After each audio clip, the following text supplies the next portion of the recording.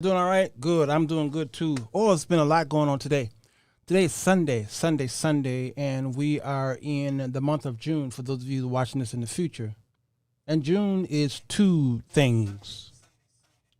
One is obviously these, you all focusing on the homosexual month, where they call it gay pride, what's in the name? But I've been focusing on men's health. This is National Men's Health Month. And I want to see what we can do this month to talk about focus on men. And I think I have something here recent. Here it is right here.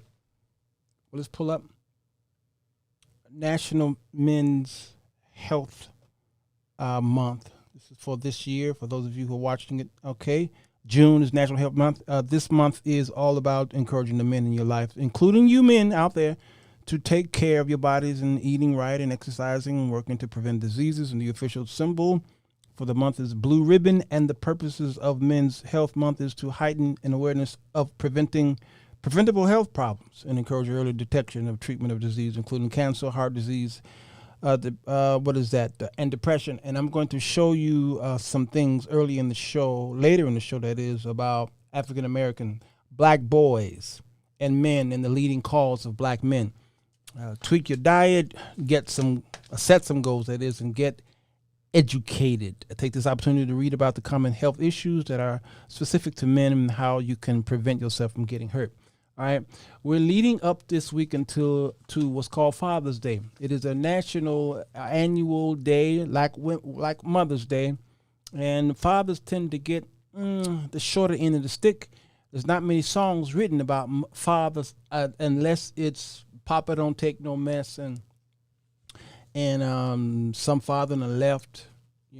Papa was a brand new bag, or "Dance with My Father." Well, the dad is dead. All right, we typically don't get a "Mama, Mama." We typically don't get those kind of songs. All right, and so for 24 hours we are celebrated, and many falsities and stretchities and niceties happen that day, and then and Papa was a Rolling Stone. And then you're done celebrating the fathers, and then you go back to posting your Facebook, Instagram post about deadbeat dads. We're kind of used to it. So this month we're going to see what we can do about help me raise boys to men. I see you in 60.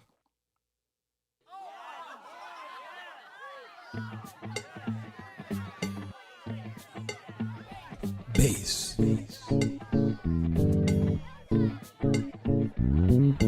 It's the show that will get you thinking, and where the topics are hot. Feel free to comment whether we agree or not, 'cause he's got something to say. Sirwalterj.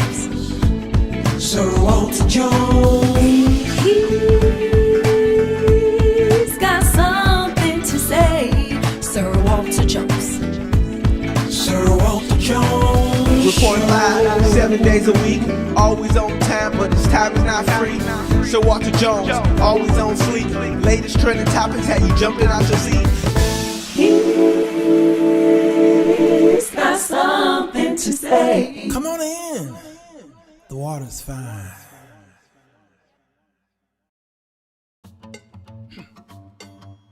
Hello, everybody. Sirwalterj Jones Show. I'm he. It is the evening or weekend edition. Baby.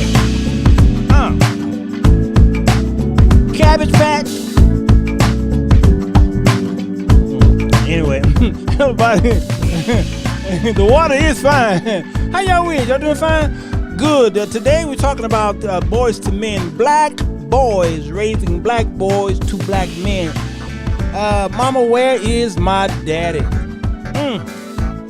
Where is my daddy at? And let me tell you, I've heard this for many years, not just coming from y'all's houses, but it's also coming from my house. I talk about my relationship with my son, his relationship with his son, and my relationship, or my father's relationship with me in the show. We try to be as transparent as humanly possible. But I want to start this off by reiterating a song that some of you young people don't know, but all of the older bunkers know.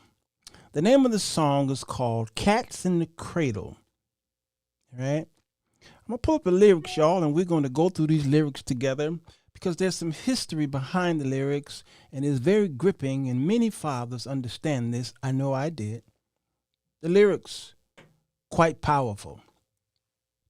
Here it is. My child arrived just the other day. Oh, he came to the world in an unusual, that is. But there were planes to catch, bills to pay.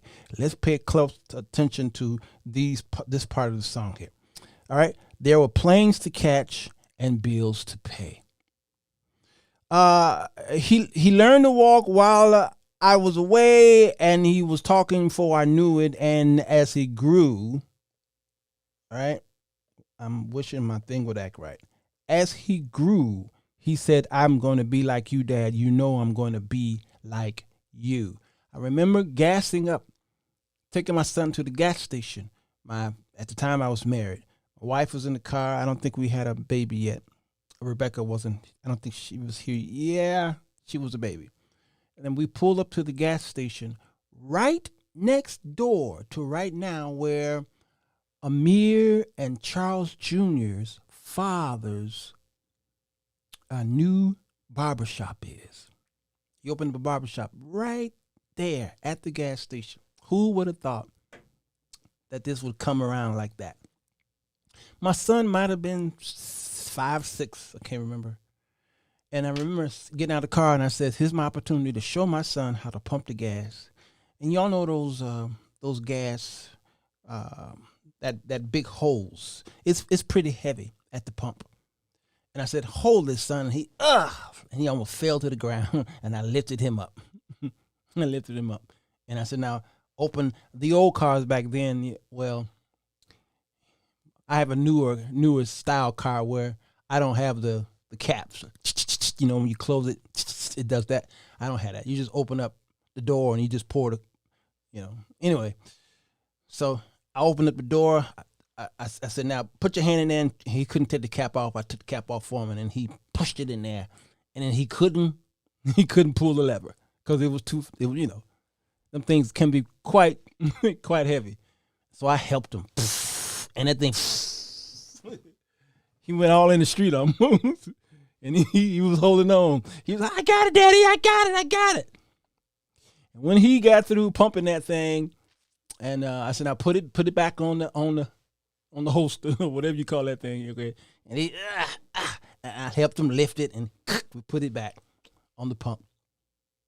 He closed the cap, and he looked at me with those cute little beady eyes. And he said, Daddy, when I grow up, I'm going to be just like you. That probably was 1994, 95, somewhere around there. My heart pittered to the patter. And I heard these lyrics in my mind because I knew that one day I could never, ever abandon my child with these moments like this. But this part of the song hit me in the face. And he was talking before I knew it. He says, I'm going to be like you, Dad. You know I'm going to be like you. And the cat's in the cradle and the silver spoon, little boy blue and the man in the moon. When you're coming home, Dad, I don't know when, but we'll get together then. You know we'll have a good time then. My father coming up born and raised in Jackson, Mississippi. Monica Kincaid know where that is. she can throw a rock. And they moved to live a town called Sharon, right out of Chula, not Chula, Canton, Mississippi. She know where that is. She could throw another rock. And my family, the Jones family, owned what's called the Jones Hill. A lot of land. We own a lot of land over there. Still to this day. My father was raised by a very country man whose father raised him the same way my grandfather raised my father. Grab a hammer, grab a shovel, grab a tool, grab a paintbrush, get to working. See what I tell you?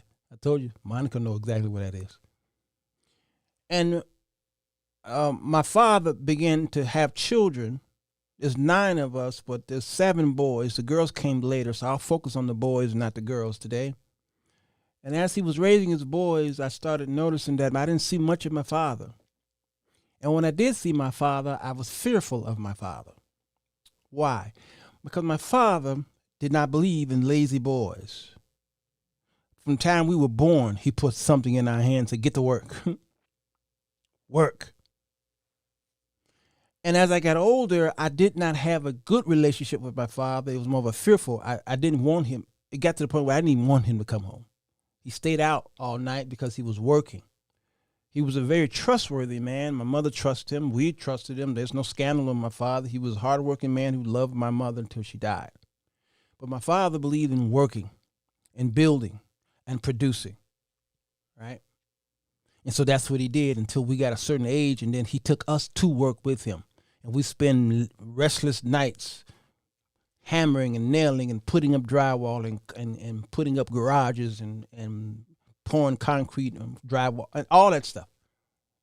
That's what I know about my father. And then going to church and him playing the guitar, and we playing the drums, and I couldn't play the piano back then, but I grabbed saxophone. That was my relationship with my father. I couldn't say, Daddy, let's go for a walk. That was not that kind of relationship. And I used to punish my father for that kind of stuff. I used to beat him up for that. In my mind, I would say, my father is not in my life. He's home, but he's not in my life. He's not. I don't even like him. Until I started getting older and started getting sick. I got sick, and y'all see a lot of scars on my face. I have stories.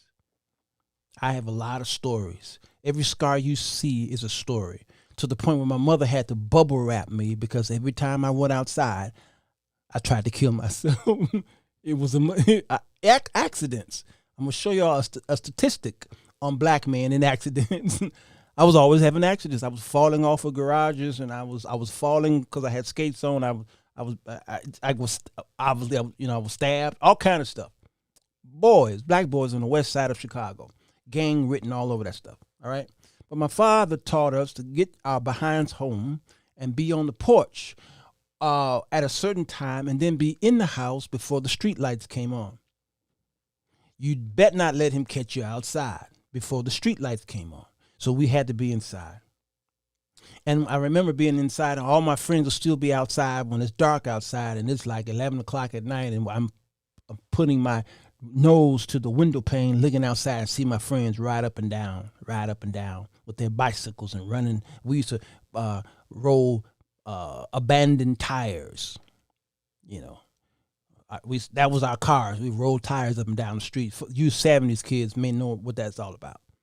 And if you had a Goodyear tire, you had a Cadillac. All right. My brother had a Michelin tire, and I'm like, man, I wish I had a Michelin, but I had one of these cheap tires. But he had Goodyear, man. That was the Cadillac, and we'd run it up and down the street. It started getting dark. Street lights came on. Get your butt home. When I started getting sick and started having accidents and what have you, I realized something as I got older. It came to me. I thought my father didn't like me until I started to have a need. I remember I was into science. I was into history. That's why I pour all this stuff on you all, because when I was young, I was 7, 8, 9 years old, loving history, loving politics, loving science. All right. I just loved it. Okay. So that followed me for all these years. I remember wanting a microscope.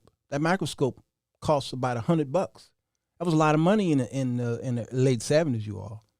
With 9 kids, $100 for a man who was trying to get work. Somebody would hire him to paint a wall or something like that, and we was on public aid.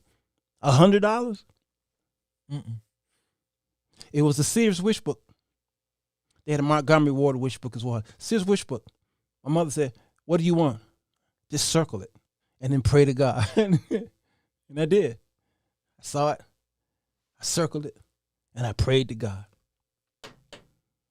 And on my birthday, there was that thing sitting there, a microscope for $100. I was blown away. So who bought this? Oh, you wanted it, right? Yeah, your daddy did. My daddy did? Yeah. And my father came and talked to me. For the first time, my father talked to me like he loved me, not like he was trying to get me to do something or that he wasn't trying to beat me. He talked to me like a man. Son, I love you. And I think you probably make a great scientist. I never heard my father talk like that. Who is this man? What have you done to my father?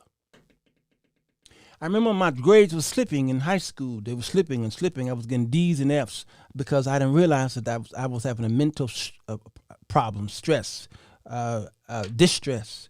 I felt like I was traumatized. I didn't know what was going on. And I remember failing in school.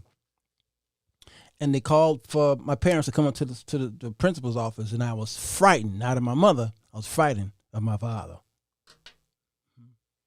And my father came up there with a suit on. My father always would wear a suit. I don't care where you went. Unless he was working, he wore a suit. I remember that suit. It was a black and white plaid suit. He was the loudest thing that walked in that school. And I remember he walking in there, and I'm sitting in the principal's office, and my mother and father came in, and I was frightened of my father because I thought he was going to beat me all the way home. And here's another opportunity, a moment where I saw my father pull me to the side. He said, son, you can do better than that. You are the scientist in the family. You're the mastermind of our home. I've been watching you. You're a genius. Come on, son, make me proud. Never heard my father talk like that. I said, Mama, who is this man? And why are you cheating on my daddy? I went home. There was no beating, no whipping, no nothing like that. And I woke up one day, and after I donated my, what was it? No, when I got stabbed, I woke up one day. This was just right before I got married. I woke up 1987. I woke up in the hospital, intensive care, with tubes in my nose, in my mouth. Wherever there's an orifice, there was a tube. I had a tube in my chest because I was stabbed, and both of my lungs had collapsed. So they had tubes in my chest, and I had a stab wound in the back. I was dying, and I remember coming into consciousness. I opened my eyes. Guess who I saw? The first person I saw there. Take a wild guess. I said, this is the strange man here. This man right here is the guy who all these years I didn't like him. But here he is, the first one. I don't see nobody else in the room but this man. Years later, I donated my kidney, and I was having a problem with regaining and passing liquids, and I was having all kind of complications that they didn't tell me that it was going to happen. They just told me you can be up and going. When I came out of that anesthesia, in so much pain, I opened my eyes in that hospital room. Guess who I saw? The same guy who I didn't like. And I realized, finally, it took me years to realize that man did like me. He did love me. He did. Here's the problem. I didn't understand that he was trying to give me what he thought was right to give me because his father gave him what his father thought was right to give him. Toughen up. Don't cry. Put a hammer in your hand. Be productive in the community, all right? Produce stuff, save, and all these things. All that stuff I was going against because of some of the things I'm going to talk about later on in this show. All the things I didn't want to do, he was trying to show me this is how you should do it so that you can be a productive citizen like I am your grandfather was. But my father loved me because every time I had an accident, my father was the first one there Whenever I had a need, where I needed something, when I was getting these horrible acne, I was getting these cysts on my face. Some of y'all can see some of these are results of cysts. Some of the cuts you see are cysts.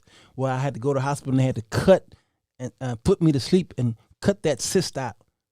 When I would wake up, there's my father. And when I needed this medicine called Accutane, it was a breakthrough medicine. It cost $100 for like 5 pills. Guess who I saw dig in his pocket and give my mama that $100 and say, hey, this is all I got, mama. This is all I got. For acne problems, my father. I didn't see that stuff, you see, when I was young. I didn't see that stuff. When I got older, I saw it. So I'm taking y'all around the mulberry bush because a lot of times black boys don't see it until they see it. And then when they see it, in many cases, it's too late that they saw it. And in many cases, the black wife or girlfriend, the mother, is in the way. Because the black man wants to get to his son, but he can't because the mama is in the way. We're going to Raw today, y'all. I think we already started. So, but we'll get together then. You know we'll have a good time then. My son turned 10 just the other day. He said, thanks for the ball, Dad. Come on, let's play. Can you teach me to throw? I said, not today. I got a lot to do. He said, okay, that's okay. And he walked away, but his smile never dimmed. My son. That was my son. Son, I can't come over today after the divorce. Smile never dimmed. It said, I'm going to be just like him. Yeah, you know I'm going to be just like him. And the cat's in the cradle, silver spoon, little boy blue, and the man in the moon. When you're coming home, Dad. Notice this. When you're coming home, Dad. When you're coming home, Dad. All right? I don't know when, but we'll get together then. Because the lyrics are going to change. Well, he came from college just the other day. So much like a man, I just had to say. Son, I'm proud of you. Can you sit for a while? He shook his head and they said with a smile, what I'd really like, Dad, is to borrow the car keys. This is when I saw the shift in my own son. See you later. Can I have them, please? As my son got older, we were divorced, me and his mother. He came to move in with me at 14. We had missed a few years of really bonding. And those critical years where he really needed his father, I wasn't there because I was trying to get to him, but the mama was in the way. And it wasn't all the mother's fault because I was in the way too because I was dealing with that thing I didn't know that I had. I was in an environment where I couldn't cope because I didn't know. Black families really didn't have the counseling services that was available to a lot of whites. We didn't have it. And number two, we didn't know we needed it. And so the parents thought they did what was right. They felt that what they were doing was right. Beat the kid. And in church, you always hear, beat him, he won't die. So in church, there was no sense of community on how to raise a child other than if he don't work, he don't eat. If he act up, beat him. Now, speak in tongues, praise God, and pay your tithes and offerings. That is how you raise the child at church. You understand? So we go home now, and then because of the systematic racism that was happening, especially in Chicago, redlining, and where we couldn't move into certain areas, which means the taxes that the houses were paying went to the schools. And so obviously the neighborhood you lived in, taxes was low. They were poor neighborhoods, and so those few monies went to schools that were very low in quality, and so we didn't have the computers that the school up north had. When I was in grammar school, going into high school, we were still learning Morse code. Morse code, going into the 80s. A system that had died. Years prior. What's a computer? Well, we don't. That must be something at NASA. We didn't have calculators. We had the, what y'all call that thing, the cabasas or whatever that thing that when you do this to count. That was our lab. So we didn't realize that the system was against us. We didn't realize that. So when you went home, my father acted upon the system that was pressed upon him because he was going through trying to stay alive and being on the public aid system. My father had to try to survive with all these children when the public aid social worker come to the house. It's called abacus. The side rule as well. The public aid man or woman came to the house. There's a man in the house. Why is he here and is he working? And they tried to sterilize my mother. You can't have no more children. Claudine was based off my family. It's just that my father had all those children. Those were his babies. And the Cats in the Cradle and the Silver Spoon, Little Boy Blue and the Man on the Moon. Look at this. When you coming home, son? Oh, see how it changed? I don't know when. We'll get together then, Dad. Come on now, we'll have a good time then. My son, after he moved out of the house, we hugged and embraced. I lived in South Dakota at the time, and he moved back to Chicago. There I was struggling in South Dakota. I'm glad he did move because it was a struggle. Y'all heard my story. I moved back to Chicago. I got married. I was in a mixed family because she had children and so did I. I was in a situation where I didn't know that those years apart from my son. Now I would see him, obviously, but those years where he didn't live with me was too long. Damage had already been done during his developmental stages. He should have had his father in his life. I wasn't there. I was trying to find my way. I was trying to find work. I was trying to survive myself. And then when I would go and try and see them, I didn't want to see the mama. So I just pick up the phone. These are a lot of the struggles of the fathers. So he's saying here, we'll get together then, Dad. We'll have a good time then. My son moved to Atlanta, Georgia, and fell in love, started working, what have you. And then he would fly to Chicago for little gigs and little stuff like that. He would literally come to Chicago and he would be here for a few days and then go back to Atlanta and never tell me he was here. I would find out that he was here by word of mouth, or I would look on Facebook and I see pictures that my son was in Chicago. And my heart would be so sad.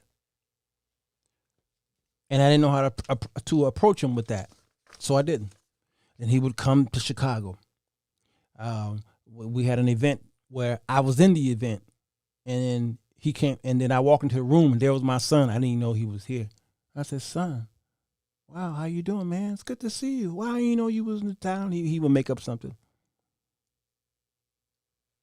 And then we did the event together, well, on separate times of the stage. And then he flew back and I went back home. Sad. I said, I got to stop this. I got to break this up. My son don't want to talk to me, and I don't want to talk to him about why is it he coming to town and he don't want to talk to me. And I find out later on. So what did I do? I took him to Disney World. I saved up a couple $1,000 and I took him and my daughter to Disney World, and we had a time of our lives that week. Great bonding. Never brought up the conversation though. Flew back home. A few months later, he came to town and then left and didn't tell me. And I said, you kidding me? What is he doing?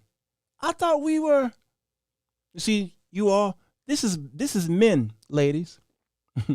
This is men. Men would do something and then think it fixes everything else. A man will take out the garbage like you told us to, knowing that the garbage is going to get filled up again in another few days. So the next week, you say, take out the garbage, and he say, I took it out last week. That should solve all our problems.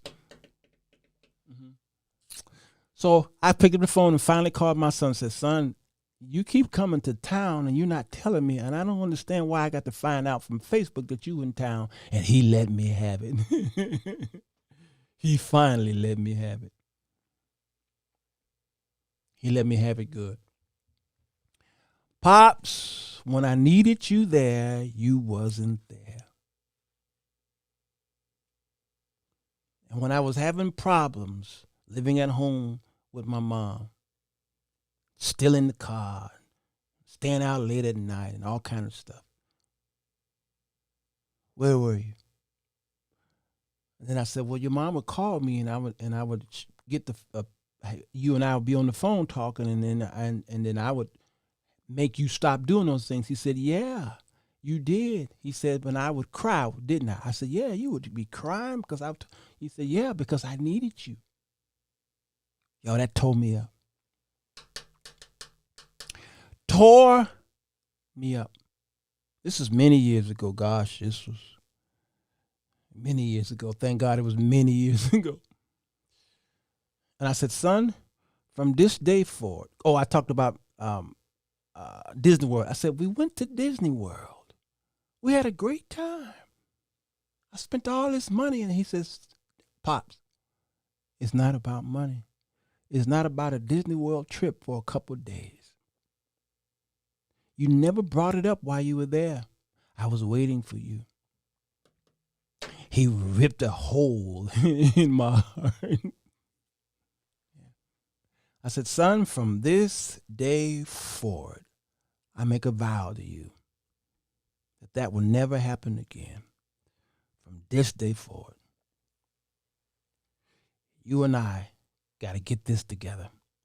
So I'm going to be reaching out to you. And we hung up the phone, and I had a good cry. And then I had to realize some of the mistakes that I made and the opportunities that I missed and the times I blamed his mama for stuff that I should have been blamed for. That was many years ago. I'll tell you what came out of that meeting. So I've long since retired. My son's moved away. I called him up just the other day, and I said, I'd like to see you if you don't mind. He said, I'd love to, Dad, if I can find the time.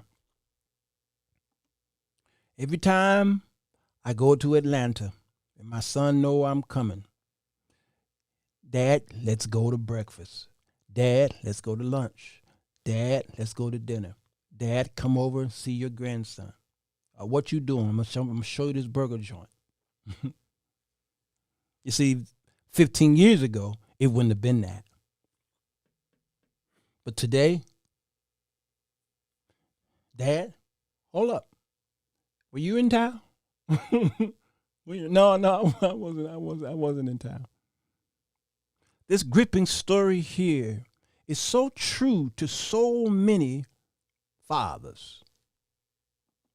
If I can find the time.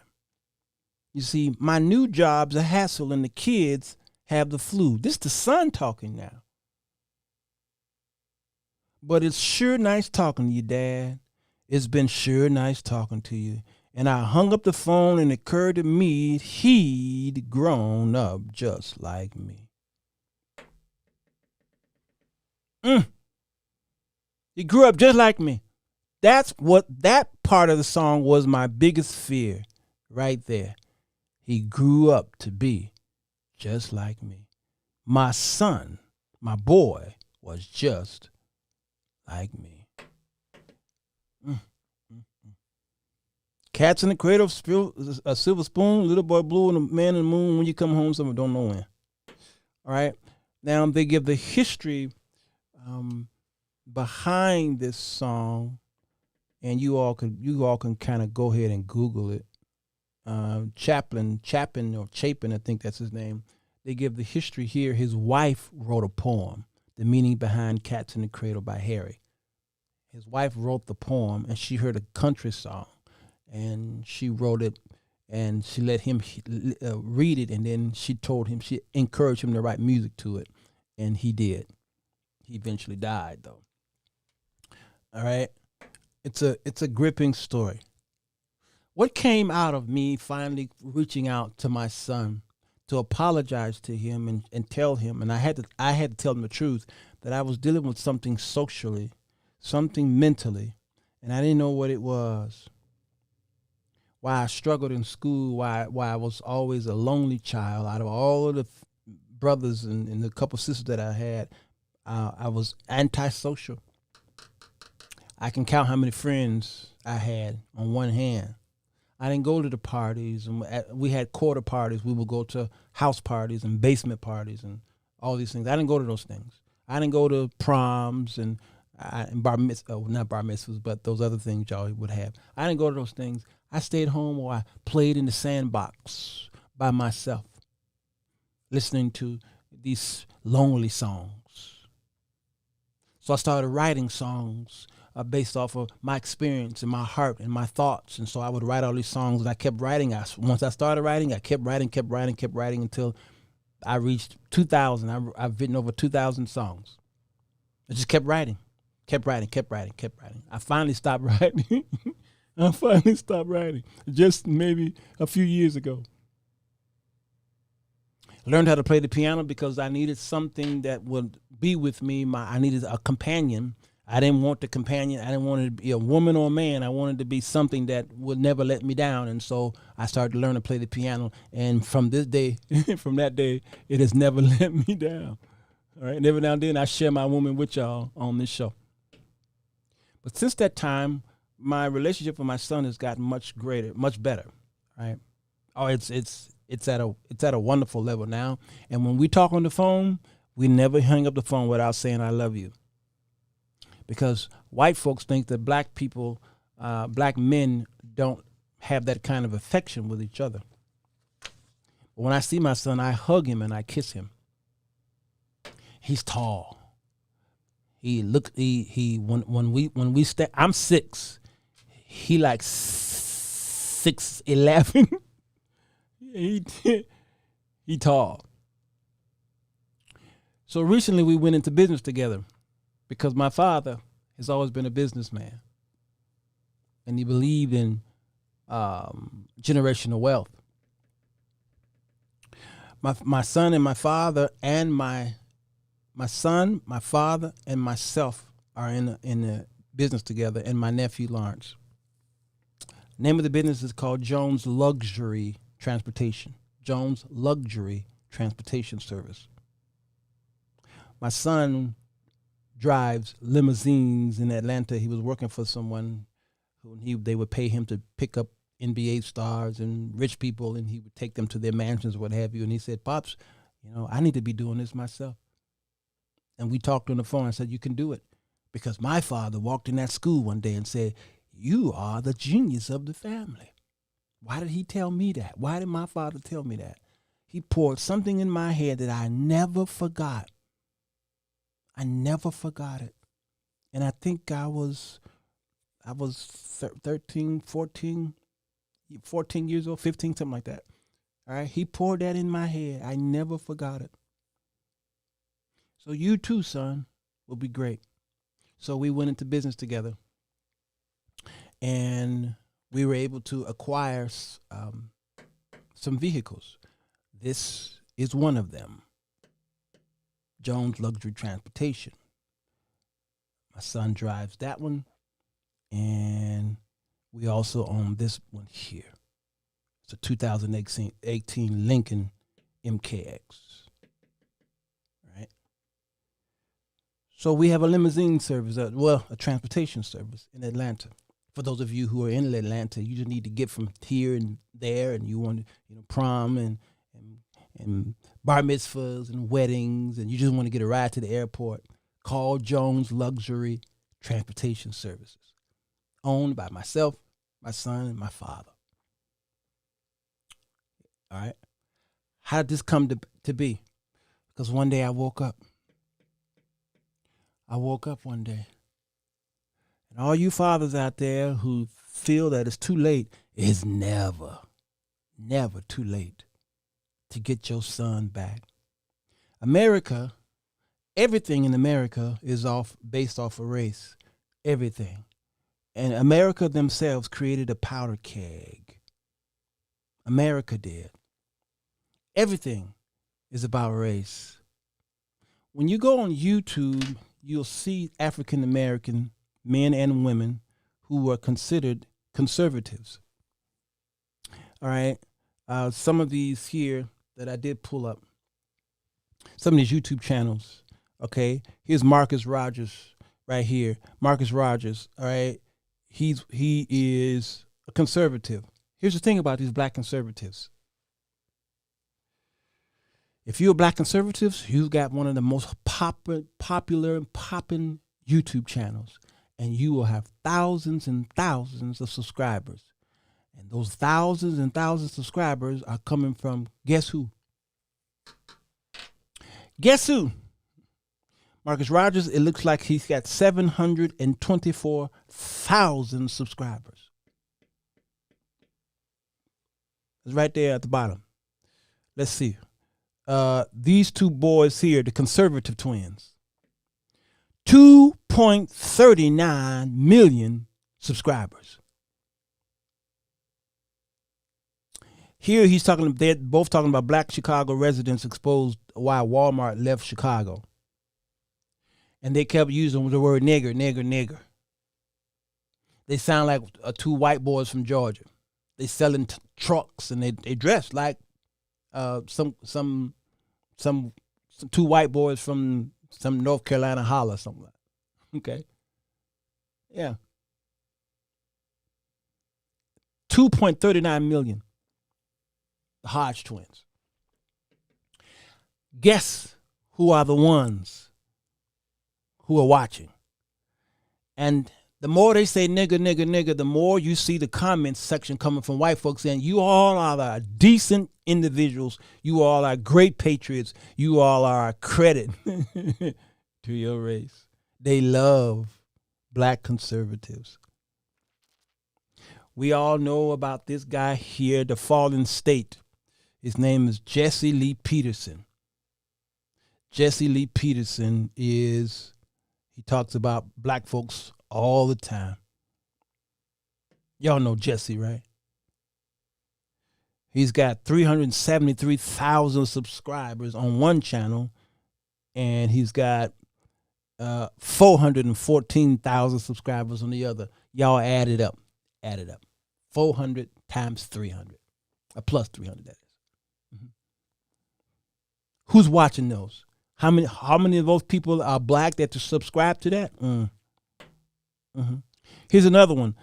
This guy here is called the Black Conservative Perspective. He's got 657,000 subscribers. That young man right there. Mm-hmm. Dana say 1.7 million. Okay. What's happening here? My statement stands true. Everything in America is about race. Everything in America is about race. You all just didn't know that. Yes, you did.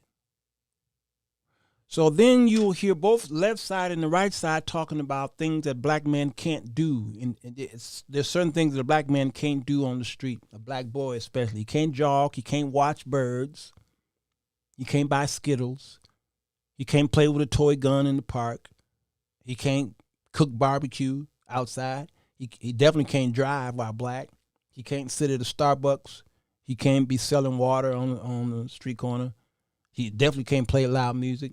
He's liable to get shot or killed, not by one of his own, although that can happen, but he'll get killed by someone who called the police. So I have been going through a lot of buying because I enjoy the subject matter of sociology and psychology. And I think I would have made a great social worker. Okay, I'm gonna show you all some of the books that I have. All right, now this is called the Craft and Business of Songwriting, and I pulled up that song "Cats in the Cradle and the Silver Spoon" because I thought when I started writing songs, I examined that song. My first song was written in 1983. Now, I remember buying this book because I was trying to learn the craft of songwriting. And they had a chapter here. Let me show it to you. This chapter here was called Subject Matter, Finding the Subject Matter, Finding Ideas. And I remember flipping through this page here and looking at the subtopic titles, the commercialization of subject matter, relatable themes, being believable, being clever, and let's see, crossover records. And then I got to this, themes of love. Not that one. This one, message songs. Message songs. And when I read this message song subchapter, Cats in the Cradle popped up.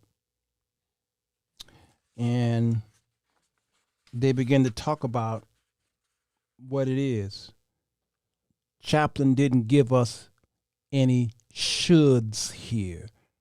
They didn't have to. They held a mirror up to the life that made listeners think about their relationships with their parents and did it with real life dialogue and situations we're all used to, we've all been in.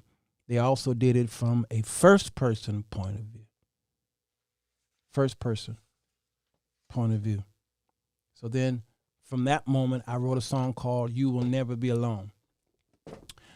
Y'all never heard it, and one day I'm going to play it on this show. And that song talks about my struggle with loneliness and difficulties of falling in love and committing myself to someone and all that stuff, the struggles that I once had.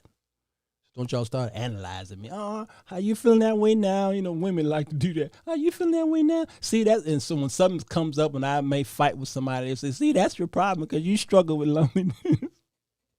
Everybody wants to psychologically evaluate you. Good and well, it's above your pay grade. All right. So here are some of the books that I've been reading on this subject. All right. So that you can see it. Somebody said, too late. Here are some of the books. This one here, that's the wrong one. This one here is called Black Fatigue, How Racism Erodes the Mind, Body, and Spirit. All right. It's a great book here. Color of Law. Color of Law. This helped me tremendously understand why I lived in that neighborhood as long as I did and why there's certain loans I wasn't able to get. Okay? You live in Chicago, you would really understand this one. The Boy Crisis, Warren and John Gray. The Boy Crisis. Why are boys, I can't see this. Why are boys struggling? And what do we do about it? This one is called Brainwashed. Challenging the myth of black inferiority. The myth of black inferiority. Tom Burrell. Gripping. I actually just ordered this a few days ago, and I've been reading it and saying, I could have wrote that. Let me show you some more.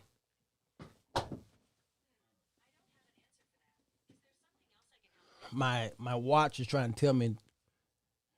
I'm not sure I understand. Yeah, I'm not talking to you.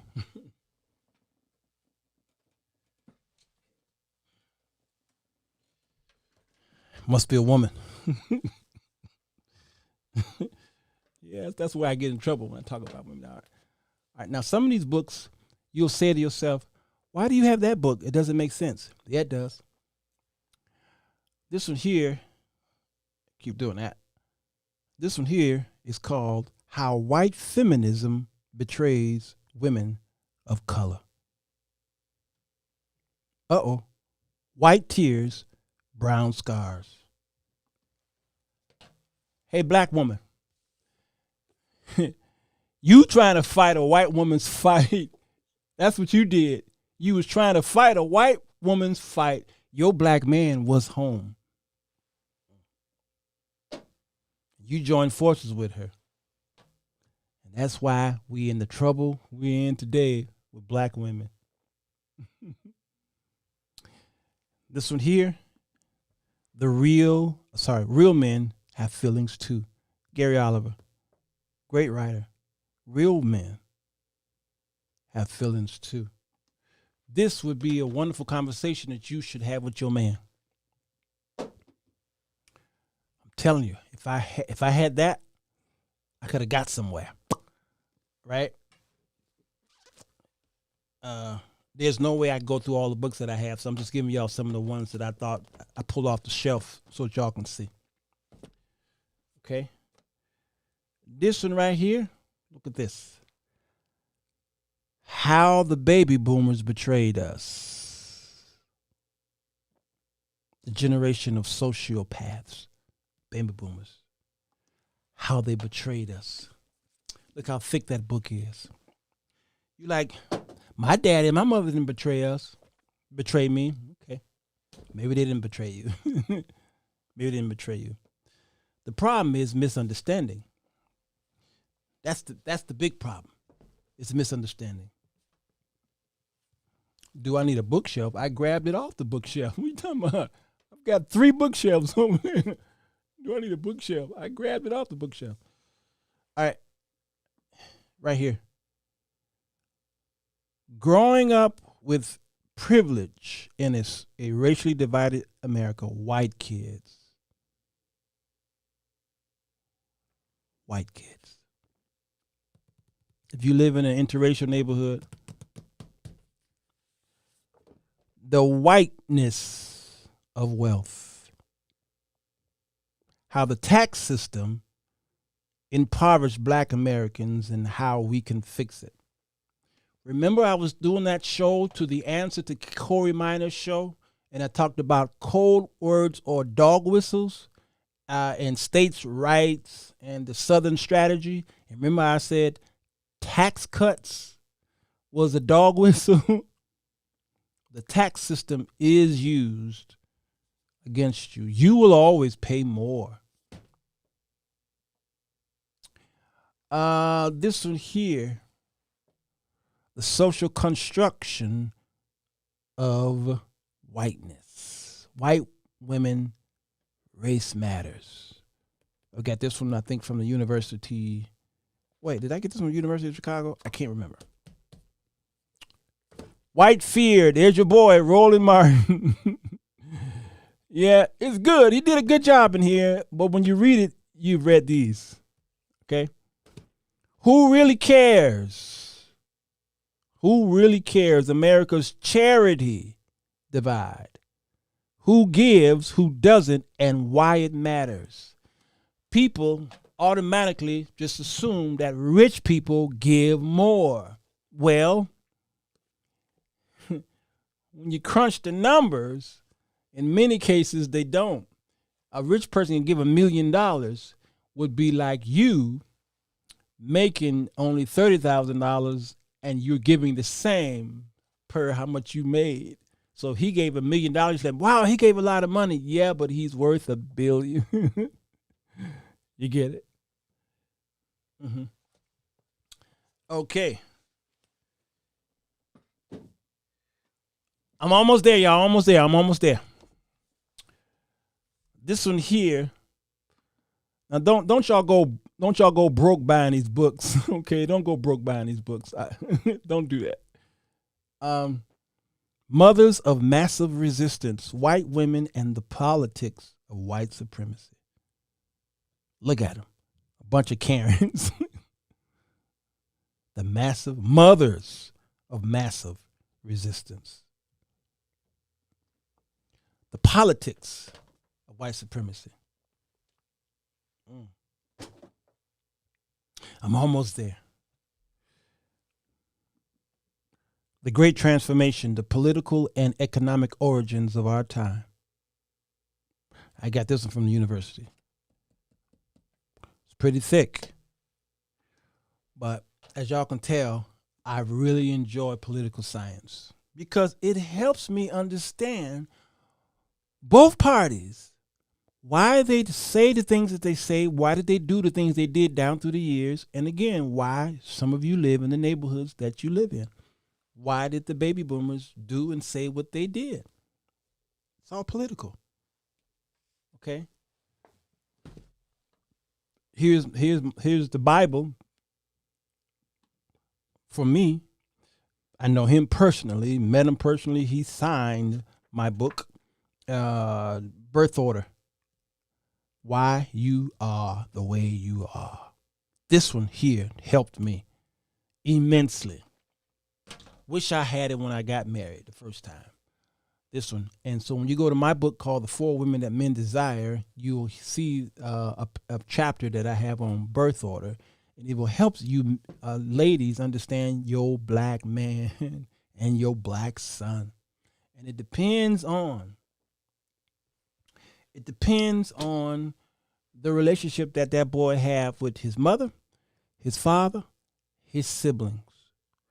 So I turned out the way I am today based off of me being the middle child. I fit all aspects of a middle child in that book. Me being the first to go away to college because I wanted to move far away from my family. Me being a mediator between fights and disputes, and me being socially feeling inept, or feeling that I'm a stranger in a foreign land, and me not being able to cope with certain people who were the middle child as well. Okay, all kind of stuff. I fit it. And when I talked to the author, he looked me in my eyes after he asked me a couple questions that had nothing to do with my family. He just asked me a couple questions. He said, "You must be a middle child." I said, "How'd you know?" He said, "I can tell. I've been studying social work for 30-some years." He said, "I know. I can spot you a mile away." Our dear sister here, y'all should be familiar with post-traumatic slave syndrome. Dr. Joy DeGruy. Okay, great book. You can basically go on YouTube and listen to many of her talks, and it really will help you. A very smart woman, yeah, extremely smart, very intelligent woman. I just like to hear her talk. And here's the baby here, Diagnostic and Statistical Manual of Mental Disorders. This is the DSM-5. This is the baby right here, the APA. Can't go wrong with that. Every pastor should have this in their office with the hopes that they would open it up and at least read 2 chapters. Read it. You'll find some stuff out about yourself. I found some stuff out about me. Mm-hmm. Okay. And the Willie Lynch letter. Making of a Slave. That right there kicks it all off. Now, I recorded a speaking on the Willie Lynch letter. It's on YouTube. You can find it now if you like it. I read the whole letter in song on an album with PJ. It is right here. I can't play it because for obvious reasons, but let me play a sample. A kill, gentlemen. You know what your problems are. I do not need to elaborate. Okay, that's just a sample. I don't know if I might get snatched just for that much. But the PJ Conversations, go to YouTube, Peniel Johnson's channel, and you'll hear my 8-minute rant in music form on the Willie Lynch letter. All right. It was quite gripping that night. We were at a church we rented out to do that album. All right. A lot of things I just don't tell y'all I did. I did a lot of stuff and forgot I did a lot of this stuff down through the years. All right. Really woke the folk up that day. You're like, wow, I never heard of the Willie Lynch letter. All right. And here's my last book. that I did want to focus on today. All right, it's already been an hour, but we're doing a series this month, so don't y'all worry about it. I won't today. I won't definitely will not be finished. This one right here is my Chicago boy, countering the conspiracy to destroy black boys. This is one, series one. I have part 2 coming tomorrow. Dr. Joanza Kunjufu. All right. He wasn't born with that name. He took on a Swahili name, by the way. All right. So I did want to bring that up. All right. So I wanted to focus on that book right there, Countering the Conspiracy to Destroy Black Boys. Now, more boys are born than girls, as we can see. And it's not too many. Let's go to the statistics here. I'm sure we have on Google. Sex ratio. Okay. Here's the sex ratio in anthropology and demography. The human sex ratio is the ratio of males to females in population. Like most sexual species, the sex ratio in humans is close to 1 to 1. 1 to 1. So sex ratio for the entire world is 101 males to 100 females. Okay, you see that? So we're really close. But the time is going to come where Isaiah talks about another ratio. Isaiah brings up another ratio. Isaiah chapter 4 says, in that day, so few men will be left that 7 women will fight for each man, saying, let us marry you. We will provide our own food and clothes. Only let us take your name so we won't be mocked as old maids. People think that that's happening today. In a sense, it kind of is. Maybe not in your circle, but you got to go around the world. Now, this is eschatological talk here in Isaiah. Contextually, it's talking about the children of Israel, but it is happening. It's not that there are more men on the earth than women, but there will be less men because of war. And there will be great, great wars happening where millions of men will be wiped out. So there will eventually be more women born alive on the earth. Okay. But these women here are saying, we just want your name. We'll do whatever. You all can become homosexuals. Right? It doesn't matter. You could become homosexuals. All right. So when it comes to that, Isaiah also brings up another problem. And what is that problem? He's talking about boys. Let's see. Where are we? Is it here?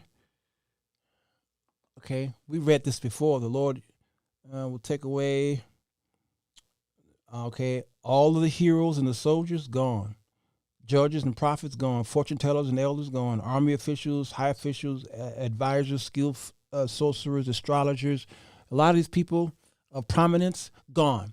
On your TV, how many aspiring, influential African-American men do you see on TV? A black boy turns on the TV. Can y'all name 5? Outside of the news, can you name 5 TV shows where there is a black man on there that you would love for your son to be catered after? And we talking about movies. We talking about television.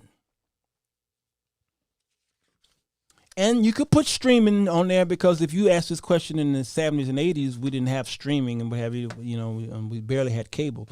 All right. But so we had the top 3 networks. But who are those that you can see on TV? Can you name 5 that's prominent that you would love your child to be after and non-homosexual? Huh? Can you find any? Because if you can only find one, we got a problem. There are thousands and thousands of shows on network TV and on all these streaming places. And where can you find them? David said, nah. He said, Family Matters, Blackish, and Fresh Prince are no longer on the air. I wonder why. That's crazy. I will make boys their leaders. I'm still waiting on y'all to name one. You can't. Family Matters, Carl Winslow? No. That show's over. And that's, remember, Just a Woman, I said no news. I'm talking about TV shows. Aaron said, we got a problem. Can y'all find any? Man, it's a struggle, ain't it? If it was that many on TV, y'all be popping them in. If I've asked that question in the 70s and 80s, maybe y'all will pop them in. Or maybe not. Because George Jefferson was not a great role model. He wasn't. I will make boys their leaders and toddlers their rulers. People will oppress each other, men against man, neighbor against neighbor. Young people will insult their elders. Is that happening today, you all? And vulgar people will sneer at the honorable. Ain't that about nothing? All right, Kim said Cedric the Entertainer. All right. Would you all want your sons to be like Cedric the Entertainer? Would y'all want that? How many of y'all would want that? How many of y'all would want that? And vulgar people will sneer at the honorable. In those days, a man will say to his brother, since you have a coat, why don't you be our leader? Take charge of this heap of ruins. But he will reply, nah, I can't help you. I don't have enough extra food and clothes. Don't put me in charge. Man, this is sad, y'all. Y'all can't find one black man, huh? Here's the problem. So we're losing our boys to prison, homosexuality, mental institutions, interracial marriages. That's not necessarily negative, because I don't believe that a man should marry a woman because of the skin complexion. But when we look at how many black women want a black husband, them brothers saying, no, I like ice, baby. So the doctor, Kanjufu, is talking about how if you want to get to a man, you got to get to the boy first. Destroy the boy and you'll kill the man. So more money is spent on prisons than it is on Head Start. Yeah, more money is spent on prisons than Head Start.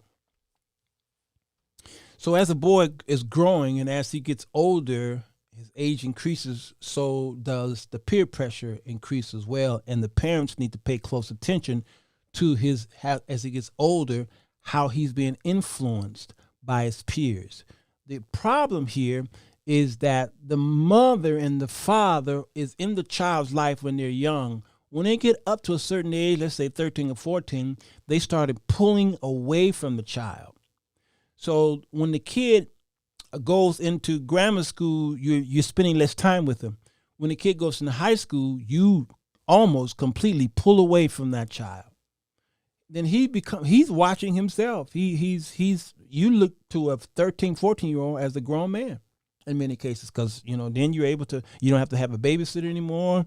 Kid can stay home when you want to. Y'all can go out, stay out all night long. The kid dresses himself. All right. He goes to school. He become latchkey kids, all that stuff, because you wasn't in your child's life all the way through the process of him being in your house up until 17, 18 years old when he left the house. My father, I realized, did not let us just do whatever we wanted to do. All right. He still was very much in our lives. The man that I didn't like, I turned out to start liking him because I understood him then. Once I understood him, I realized he did not want me to be in harm's way. He did not want me to go down that road. He didn't want me to be in danger. So he was actually trying to protect me. And I didn't know that. So socially, parents walk away from their children when they go into higher education, and you figure they're grown. That's the problem with boys, black boys today. His mother and father may be in the house, but both mother and father are not really in his life that much because they're allowing him to make many of his decisions. Even when it comes to religion and church, if there's a brother and a sister, the mama especially will take her daughter to church, and the boy is allowed to stay home. That's something else, ain't it? And even when the boy gets in trouble and he impregnates a girl, the church has taken on that same thing. The church will coddle the girls. And the girl will get pregnant by one of the boys at the church, and they will silence the girl and embarrass her and make her go over the microphone and apologize, all this stuff, but they won't touch the boy. This is systematic. And you don't even see it, do you? Only men can make boys men. Women can't do it. But you came to some kind of realization. You had some bright idea. That's why on Father's Day, this weekend, next weekend, you're going to hear a lot of women say, I'm both the mother and the father. That is the biggest lie women have told themselves. It's the biggest lie you told yourself. That is called a freak of nature. You can't be mother and father. On Mother's Day, you rarely would ever hear a man say, I was both mother and father. I never heard a man say, I'm the mother and the father. I never said it. And both my children came home. When they both turned 14, I had full custody of them. And never did I say, I'm the mother too. Never. What I did do, though, was I would tell my children, call your mother. You haven't talked to your mother in about 2 weeks. Call her and make sure she's fine. When did you call your mother? Last time you talked to your mama? I would always do that with the hopes that she did the same thing for me when my children were away and living with her. You got to be well balanced with your children. You have to be. So we don't see male models on TV. So then there's this white male fantasy that the doctor was talking about. And that fantasy is Gary Coleman and Emmanuel Lewis. Gary Coleman, different strokes.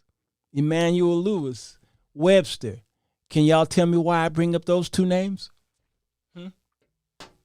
We were just blown away. We were like, oh, that is so cute. That is wonderful that this white father took on these black kids. Everybody just loved it. But those who were woke. Yeah.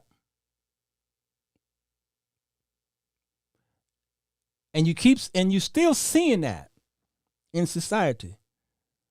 A white family will go to Africa and adopt black children. Sure will. White man stopped in to do black man's role. Yeah. Still happens today. I hated those shows when I was young. I hated it because they always brought in some catchphrase and pay attention to the little black boy. He's about to do a catchphrase. So here is the order. Here is the order of influence. All right. The order of influence is home and then peer. This was the order years ago. I don't know what it is today, but because, this is kind of dated. All right. But this is what it was, at least in 1990. This was it. Home, peer, TV. All right. And okay, what happened? What's going on here? What's going on here? Hold on, y'all. I'm losing stuff. Okay. So that what was going on. The home is already jacked up, right? Because of what I said earlier. TV, there are no black prominent role models on TV, and then we got to talk about the school. Okay, again, this is the order of influence in a black boy's life. Notice that peerhood is number 2. Pay close attention to that. All right. Obviously, home is number 1 because that's where it starts. That's why they will say you have no home training. It starts there. All right. So he wants to go outside. And typically, gangs is the stress. All right. And evil communication. All right. He comes home. He wants to watch TV, or now it's his phone or what have you. All right. What does he see on there? No black really influential role models, and so games and rap artists and athletes, sports. That's his influence. He's got to go to school, and guess what? He won't see at school. Guess what he don't see at school? At school, he will not see male teachers. Okay? Rarely did I see a male teacher. Rarely did I see a male teacher. That's it, sample. White Men Are Our Savior. She's talking about those 2 shows. I rarely, a Clear Faith Christian, saw a male teacher, black. I didn't see him. And let me tell you all, when I did see male teachers, I had 3. And like my whole school career, from grammar to high school, I saw about 3. All through grammar school, my homeroom teacher was Mr. Davis. Mr. Davis had a bald spot. He was bald, but he had hair on these 2 sides. And Mr. Davis reminded me of my father. I was afraid of him. And the only thing I remember about Mr. Davis is Black Beauty. Anybody know what Black Beauty is? Because back in the 70s, you were able to, in 60s and 70s, they were allowed to do this to you all. And all of them had a name for this thing to get you in order. Mr. Davis had Black Beauty. Yes, it was a paddle. And he colored it black. And when you acted a fool, or if you didn't turn in your homework or anything, come here. And in front of your girlfriend and everybody else, pow, pow, he paddled you. That was the black influence I had. My second black influence was the shop teacher. I forgot his name, but he was the most terrifying black man I'd ever knew. More terrifying than my own father. He had an even thicker paddle. And there's nothing to hear down in that shop. Pow, pow, you walk by there and he's beating some black boy. I don't even remember making anything in shop. I was afraid to go to shop because I was afraid that he was going to paddle me in front of the class. That was that book I said that the baby boomers. So you got beating at home, you got a beating in school, and the church told you beat him, he won't die. You got to save these boys before they become men, because once they become men, it's too late in many cases. Yeah, that's it, Ruth. They became the overseers. So this level of influence has got to stop. That corporal punishment. Try and do that today. Somebody going to die because the parents going to come up there and shoot one of these teachers. They had to get rid of that.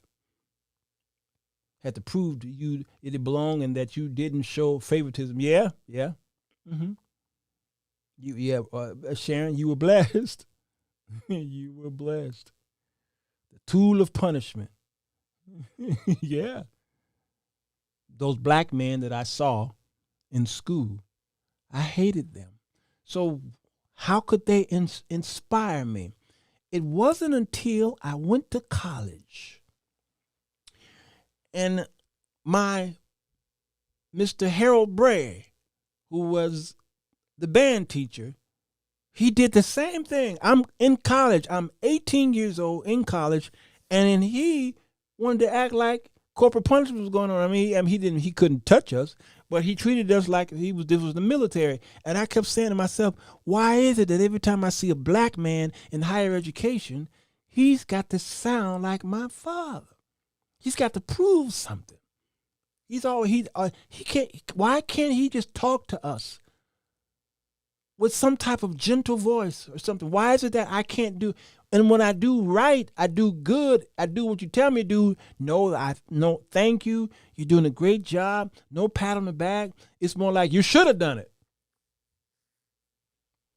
Because I used to hear my father say, I ain't got to thank you for taking out the garbage. I ain't got to thank you for raking the yard. I ain't got to thank you for washing the dishes. He always said that to me. Well, I got to thank you for. That's how we came up. Until I realized that's what he got. So when I started having my children, I said, I cannot treat my children the same way. So whenever my son would do something, I would say, that is amazing. You did that? Oh my God. I made whatever he did the greatest thing since sliced bread. He had to be on Facebook yesterday. We talked about sliced bread. I made him feel like he had just ran for the presidency and won. Because I knew I had to find some balance that I felt I wasn't getting at home and at school. I wasn't getting that balance of good job, hug or something, high five or do something manly. I wasn't getting none of that. Until I went to college and I went to business school here in Chicago. My typing teacher was a young black man. And after every session, after school, he would walk me and some of the other young men to the train to go home. And that's when for the first time in school history, I saw a black man who cared. See, I'm not saying that these other black men didn't care. I think they were raised like my father was. They thought that showing their love with the paddle was the answer. Beat them and they won't die. And this young black man talked to me like I was special. We talked about politics. We talked about girls. It was like, wow, I can't wait to walk home with him. And I was married with a new child before somebody of a male figure in school talked to me like a man. That's a shame, ain't it? That's right, Luann. As I got older, I realized they really didn't know any better. They didn't know. So he was talking in this book about 1 million boys want to play for the NBA. He talked about Michael Jordan during this time. 1 million boys want to play for the NBA. 35 out of 1 million are picked, and only 7 start. And the life expectancy in the NBA at that time was 4 years. So all these boys, because you look at the influence, the number of influence. How do I get here? Home, peers, TV, and school. When it came to school, or TV, basically, when it came to TV, it was the NBA. Okay, sports. And a million of them wanted to be the next Michael Jordan. But only 35 got in. So what happened to the hopes and dreams of those other millions who their only aspiration was to play ball? What happened to them? They got dispersed out into the neighborhoods. Into the neighborhoods. So what happened? The system is, again, part of the problem. The schools give more honor to sports heroes. This is why when you walk into any given school, there's a trophy case at the door. There's a pep rally. But I never seen them do a pep rally for an honor roll student. Never saw it. This is systematic. So you all are ultimate black boys. You are the ultimate threat to white male supremacy, and you have to know that. So let's go back to the home. Mothers will love their sons, but they will raise their daughters. They just love on their sons, until the sons get in trouble with the law. He shoots somebody or he steals something, and guess what? He goes to jail. The mother goes down there and cry and weep and beg and gnashing of teeth to the judge, says, my son, he's a good boy. He would never do that. He's a good son. He's good. Yeah, he's this. Because what did she do? When he got into upper grade, when he went to high school, she pulled back and she let him do whatever because she began to love on him. The father, though, when the kid got of a certain age, the father said, you got to leave. Both of them abandoned him. Both of them did. So when we talk about fatherlessness, the absence of fathers because of these black boys on the street, we also got to talk about the over-nurturing mother who just loves on the son, but she raises the daughter. So this is a lot, you all. I went over here, I went over there. So we try to find out what's the one main reason. There is no one main reason. There's a plethora of reasons why we got these black boys acting the way they do in New York and in Chicago and Baltimore and all these other places that y'all often highlight. You don't highlight New York. New York is actually, it's the largest, but as far as crime is concerned, it's down. Chicago has more crime than New York, and New York is much larger. So we got these sanctuary cities under the Democratic Party, and the sanctuary cities work until it's tested. Sanctuary cities work until it's tested. How was it tested? The Republicans shipped all of these people from the borders into these sanctuary cities. Y'all said you're sanctuary, right? Now they're here. What are you going to do with it? You finding money. Brandon Johnson found all his money. Y'all's mayor of New York, they found money to house these people. Now the poor black folks are coming down into the city hall and say, wait a minute, what's going on? How did y'all find all this money, but you didn't find the money for us when we needed these services? You're a sanctuary city. You're a sanctuary city. All right? I tell you. So a study came out with the Center for Disease Control. The Center for Disease Control, the CDC, said that, remember that study that came out several years ago, that more black men are in their children's life than Hispanic and Asian and whites. And black people, and I did too, got so excited about that. Yet the crime kept going up. The crime kept going up, even though they said that we're in our child's lives. Well, many of us are. We read with them and we take them to the ball game, what have you, even though we're not home because of separation, divorce, and all that stuff. True, we are. But what are we doing while we're in their lives? Are we just making a visit?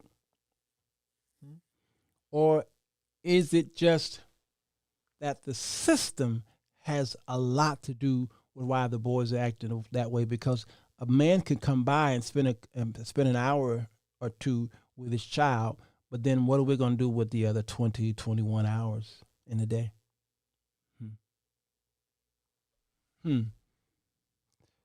We can do a part two on that because we got to figure this out. Detroit, yes. Philly, mm-hmm.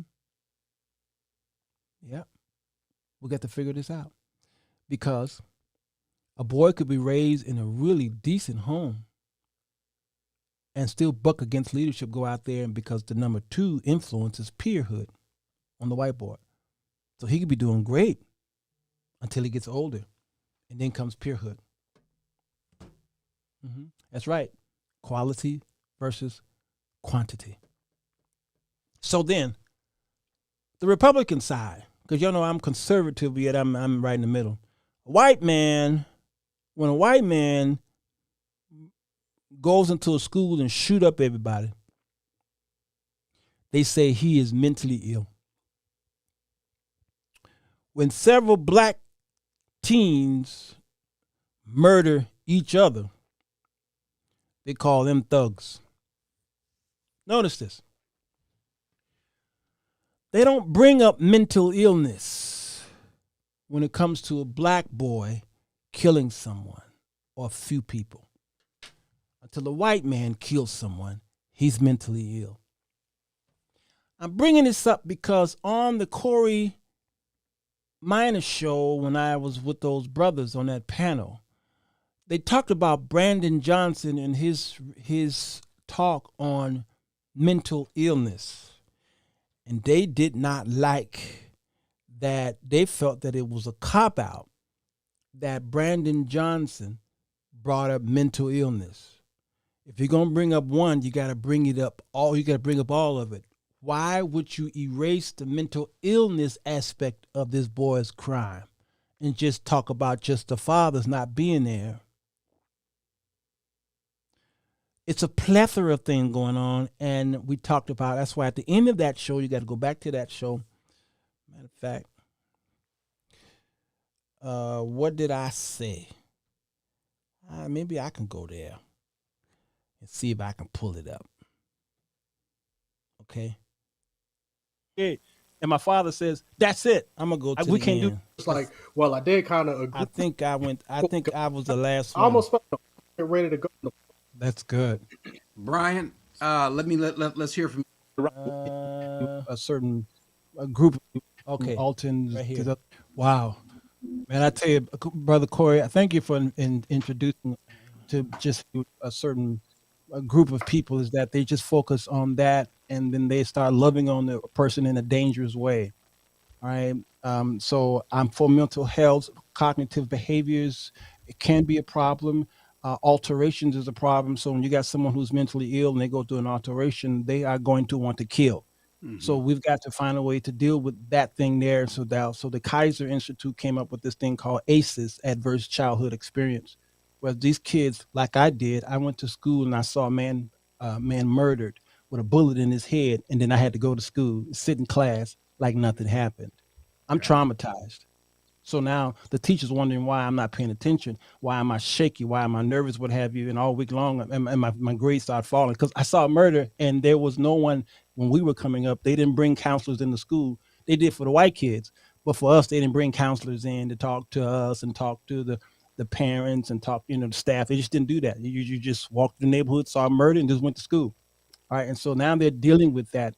So some of these kids are suffering from some type of traumatic act, but that still doesn't mean they can't be reprimanded for their actions. So the jail do hold people, but it only holds them, but it doesn't fix them. The jail just holds them to protect them from society. What are we going to do with them while they're in jail? Well, they're in there now. So some of our jobs need to be tried to get them not to go to jail by talking to them. And many of the kids that I talk to, they say, "Thank you for talking to me," because nobody is talking to me. They ignore me. No one. And some of them say I go to church and none of the adults talk to us. So the youth like we got nowhere to go. So we joined the gangs. We got nobody. So it used to be officer friendly. When I was coming up, we literally had an officer friendly. Yes, officer friendly. He came to our house. He knew us. And there was 9 of us and he knew all our names. You understand? So we walked away from the fabrics of the community. So we need to focus too on mental health. That is an important part, and not just be one sided. Unfortunately, like we see with Brandon. Okay? I had to end it that way. There was no way that we can talk about the problems in our communities and not bring up mental health. It is like in the fabric, it is like a nucleus problem, because if you get a kid who's come out of the womb into an environment that he's not responsible for, he's got to know how to cope with the environment of overbearing father and overly nurturing mother and the siblings rivalries. And then he goes to school, there's peerhood, and on his way to school, he sees crime and all these stuff. Now he's in school, and then the system is geared to put him into a place because the teachers don't understand the culture of a black child. And so they put him in remedial they put him in a slow class or slow tracks and all these stuff, because they don't understand that he's signifying your mama this, your mama that. And they're acting crazy in school, but it's not crazy. They're just doing what they do socially in their neighborhood, at home, and at the church. The white teachers are hired to move into these black neighborhoods to teach these black neighborhoods, but they don't understand the culture of the black man. They think they do because they're working with them, but they haven't studied. That's why it took so long for the Kaiser Institute to come up with the adverse childhood experience, because what they were doing, they was treating a black kid the same way they were treating a white kid who was dealing with trauma. Give them one pill, it'll fix both cultures. No, it doesn't fix both cultures, because the white kid don't worship like the black kid. The white kid is living in an affluent neighborhood. The black kid does not. The white kid's never heard a gunshot in his neighborhood. Never. The black kid hears it every week. Okay, and so you've got to deal with the problem based off of the culture and the environment of the child.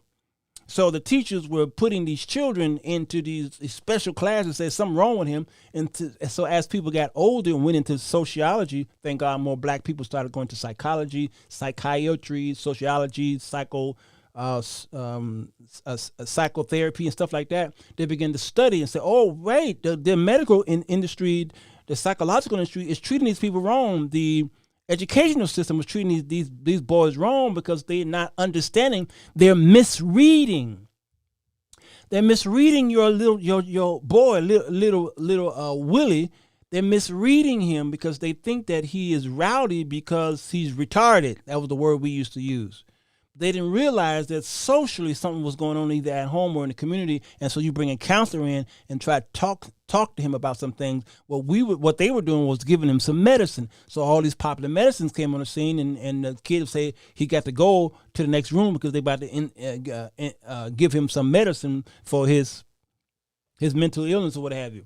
And they were discovering that they were over-treating, over-medicating kids who didn't even have these problems. Well, it was too late. Because once you put that kid into that system of medicating him and putting him in slow tracks and what have you, now he's behind. And then some of those kids turn out to be mentally ill because you put that system on them.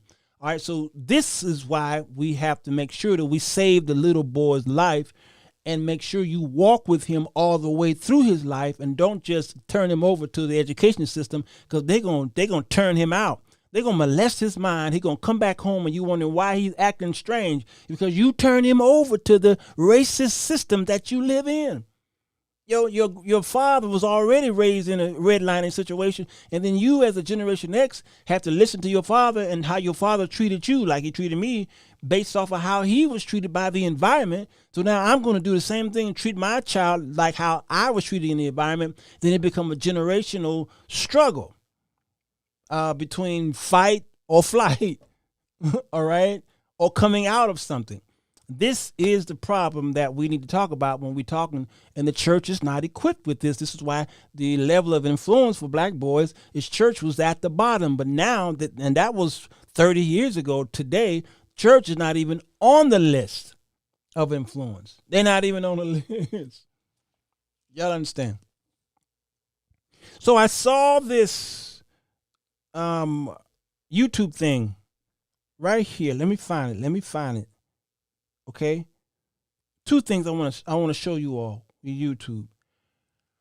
When a black woman finally jumps to the rescue of her black child, notice what happens. Do y'all remember the riots that happened? Freddie Gray. And this mom told her boy not to go down there. All right? Tanya Graham is her name. She told that boy not to be meddling with that, and that boy went against her. And here's what happened to him. Was among those trying to tame the violence when she realized her son was involved. Take a look at this video of the confrontation. The woman recognized her son as one of the protesters throwing rocks at police. She made very sure to voice her disappointment when she found him on the street. You can see her yelling and striking her son. She chased him home as he walked away, trying to pull the mask off the face. That's what you would call hands-on parental supervision, as Chip Reed said at the beginning. Mama don't play. But I was watching the video yesterday. It was very tense watching it. I kept thinking at any moment we're going to see something very, very tragic there. So she took him home. Dragged that boy home. And guess what happened? All of the white conservative media platforms did this. White folk from all over America was having her come on the show. Fox News loved it. And they had it on replay. They wanted to see this woman beat that kid because he was in a riot. Can y'all tell me why white folks were celebrating that? Why white folks was really celebrating that? And why did the left or many liberals say you should not have done that?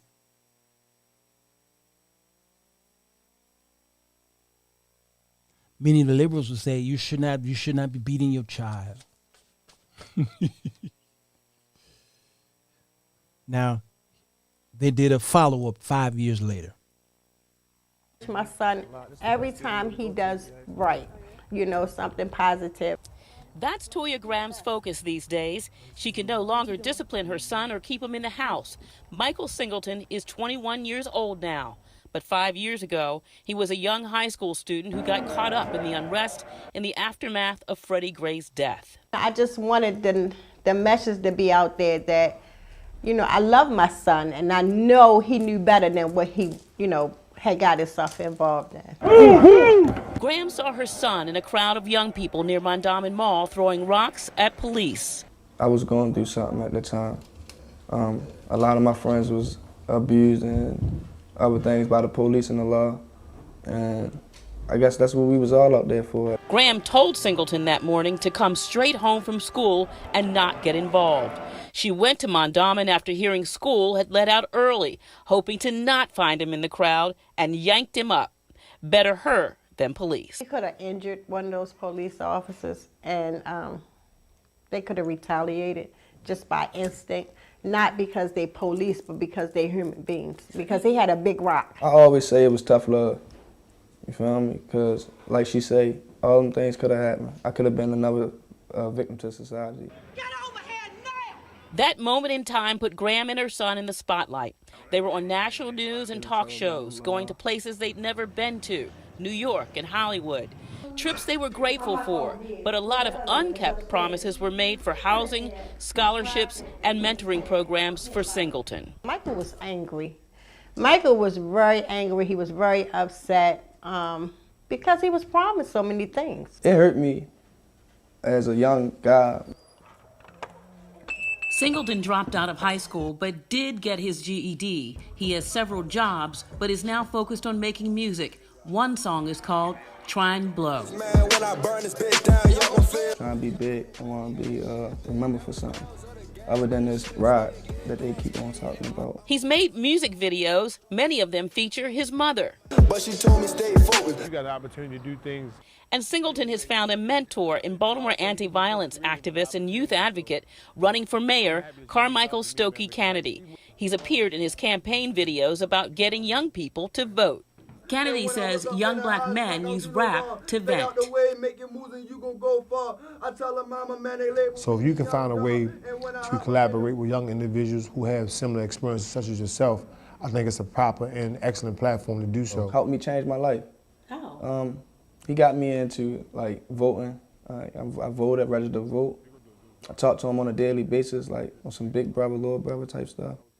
Singleton says he gets discouraged by all of the young friends he has lost, more than he can count on two hands. All have died of senseless violence. He hopes music can be his ticket out of poverty and Charm City. Trying to make it out, trying to get out of Baltimore City. It ain't too hard to get into it though. But it's hard to get out. It's hard to get out. Graham says she doesn't think Baltimore has gotten better since the riots. She thinks it's gotten worse. And every day Singleton leaves the house, she is terrified. All I could do is make a phone call to him now. And it's scary. It's scary as a mom because you want him to be out there in society, but you know everything that's going on. And I'm scared for my son.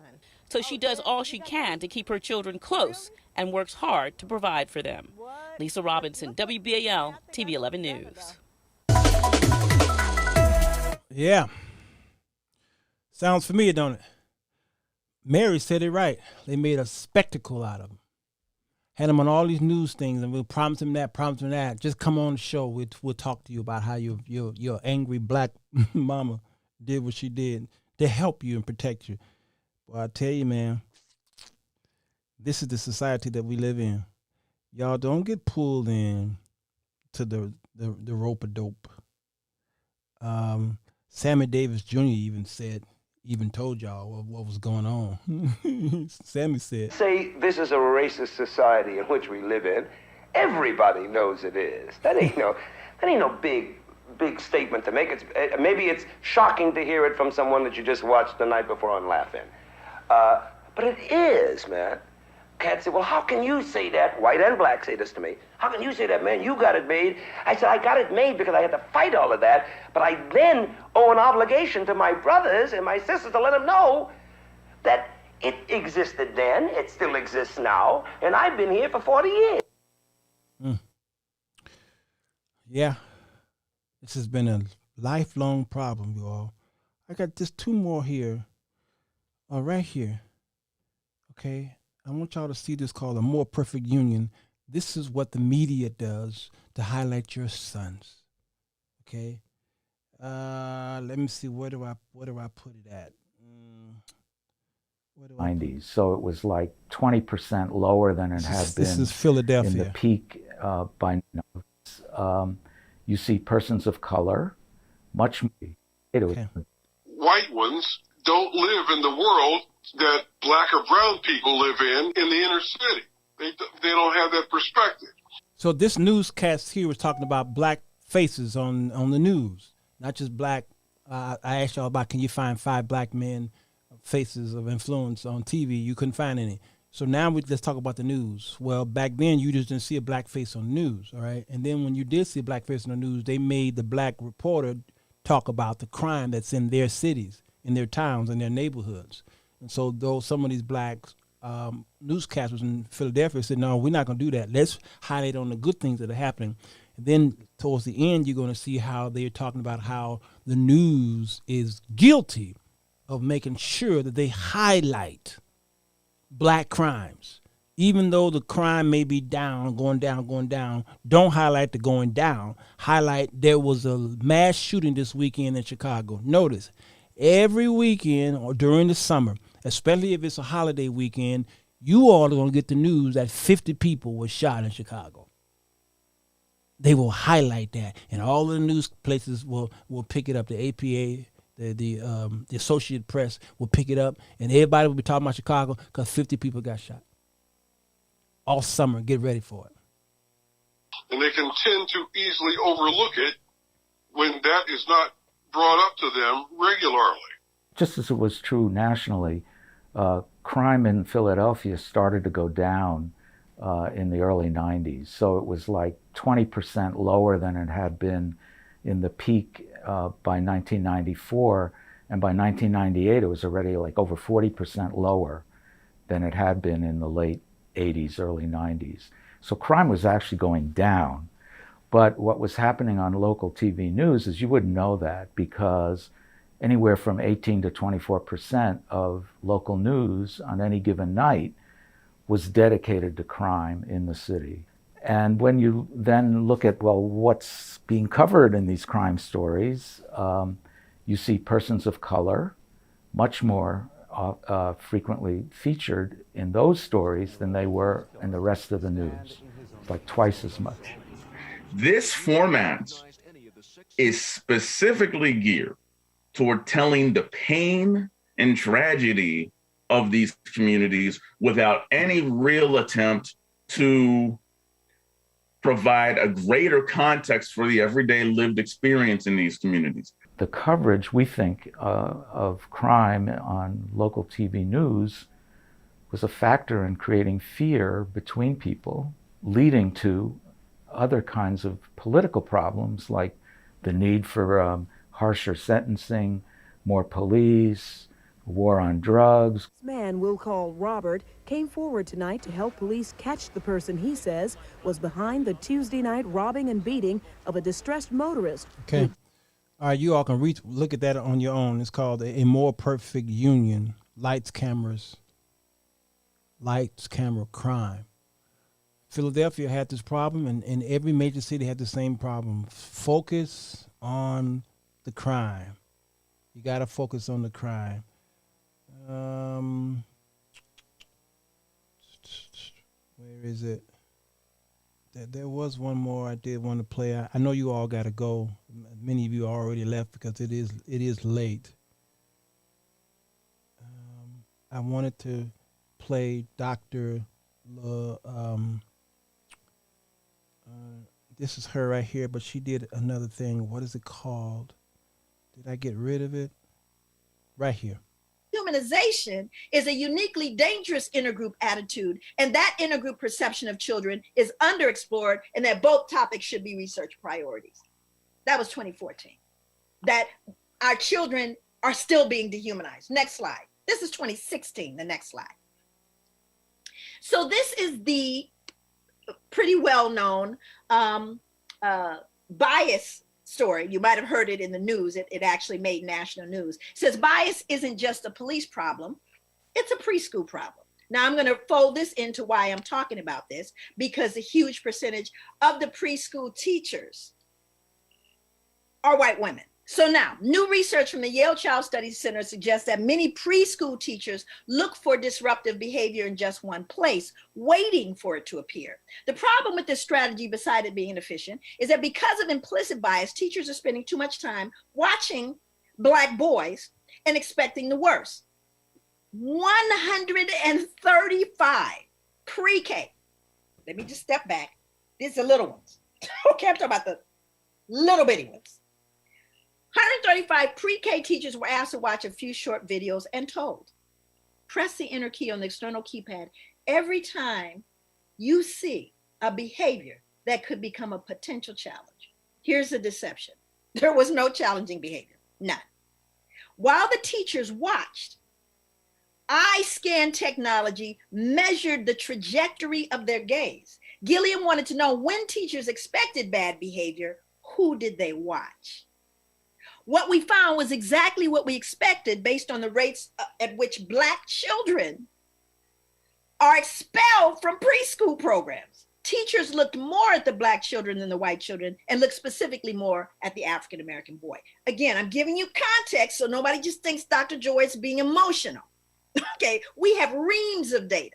We have what I would call a preponderance of evidence about this. And what you need to know about this, not all the teachers in the study were white. There are no doubt Black, Latinx folks, but guess what? They've all been socialized, and we've all been socialized that there's something wrong with these kids. Are you following me? That's how deeply entrenched it is. And even when they had two children off task, deliberately off task. The children that were off task, white boy, Black boy, they were actually off task, doing the same off task behavior. And the teachers only saw the Black boy. They didn't see the white boy, even though they were both off task and both off task doing the same behavior. Next slide. This is what we have here. All right, I'm gonna stop all of this now because we did go a little long. Okay. Here's the thing, because I'm understanding you, Mona Logan. All crimes physically against me, whether it was robbery or theft happened by a black man or a black boy. So I get it. My home was broken in a few times. It's always black. I was robbed at gunpoint. I know what it is to have a barrel pointing at you. It was always black. We know that. And we've been seeing shows and conservative media talking about it. Everybody know that black people do those things. And even on the Corey Minor show, he asked the question, if you saw black kids coming down the street or if you saw some white kids coming down the street, which one you would prefer? Which one would you walk across the street for? And all of the brothers said the black. Why? Because statistically, we know that the black kid probably more likely will be the one that attack us. We know that. But here's the problem when we focus on that one problem is, what are you going to do about it? What are you going to do about it? Because when we were doing the Corey Minor show, many people in the comment section was talking about, where is the solution? What are y'all going to do? And the average person who was complaining never, ever took a black boy under their wings. Not one time. They're the ones who are afraid of black kids. And your fear is part of the problem. Your fear is part of the problem, because once you're fearful of a whole generation of black boys or men, then you can't help a generation of black boys and men, because you're afraid of them all. You're afraid of all of them. So what do? Black people move out of neighborhoods, and like Mona said, they moved away to the suburbs around folks who are either don't look like them, or they move around older black people who are educated, or they just got good jobs. And y'all don't realize that y'all can move out the neighborhood all you want to, but the whole America got a big problem.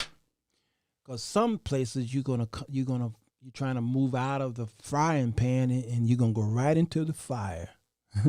We've been seeing this lately. Black folks moving to Atlanta, they move down to Texas, they moving to Phoenix, and moving on. And what's happening? The same thing, the cycle's happening all over again. And the problem here is the people who are moving, many of them are the problem. The problem is you raise that kid, you stop protecting, meaning you stop being a part of their lives. You stop going to the game, to walking with them, taking them to the store, all these things. You stop doing those things, and what you do, you turn your child that you had a seed, that seed grew, you stop watching that seed and watering that seed, the seed grew, and then that seed now is robbing me. You're the problem. So what your answer is, move out when you caused the problem. Take, like Claire said, take the problem with you. Don't leave your brat here. So the suburbs is now filling up with these same kids. They get a certain age, you stop being in their lives, they grow to be the same ones you see in the major cities. So run all you want to, but you can't hide from sin. This is a sin problem. It's not just crime. This is a sin problem. It's a problem of hatred. It's a problem of hatred. Because I know that you're saying that your kids are educated. And guess what? How many white-collar crimes have we seen lately? You got a whole president who's just been indicted. And he went to the school of the Wart School of something. Yeah, a whole bunch of educated kids. All it takes is peer pressure. All right? So we all got answers. And the answer is, you do something. You do something. No, you do something. And know why to do something. And then what are we relying on? We're relying on these sanctuary cities to do something. Yeah, okay. All right, we got to stop blaming other folk for the problem that you caused. And then you talk about white people and their silence when it comes to this unrest and police killing black people and all this stuff and racism among their own people. They're silent. So are you. Because in major cities, they have a snitch code. The problem is, you saw that little boy murder that other boy, and because you were afraid to tell the police, you didn't tell it. That kid lived another day to kill again. You part of the problem. When you don't, you part of the problem. So don't just care for your children. Come look after mine too. Don't be in church talking about something. It takes a village. Well, you ain't a part of the village because you only take care of your kid. You bring some nasty piece of pie to the party, and you sit on the table and nobody eats it because it's nasty. And then you upset because nobody want to eat your nasty piece of pie. And then what you do, you take it back. Okay. Well, you can't act like it takes a village. All right. So then you be part of the village people. So what do? I adopt. Many of the kids that even at my church, I adopt them. I follow up on them. I call them. I send them money. I drive hours and hours to go see them in college. Don't just help your kid. Help somebody else's kid since you're part of the village. That's the Bible way. All right, y'all. Hey, listen, I want to thank y'all for giving to Haiti the way you did. You blessed those Haitian people. My goal was $1,000, and you all surpassed it.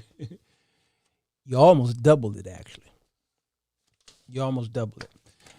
$500 feeds 200 kids for a month. So you all fed those kids for July, August, and September.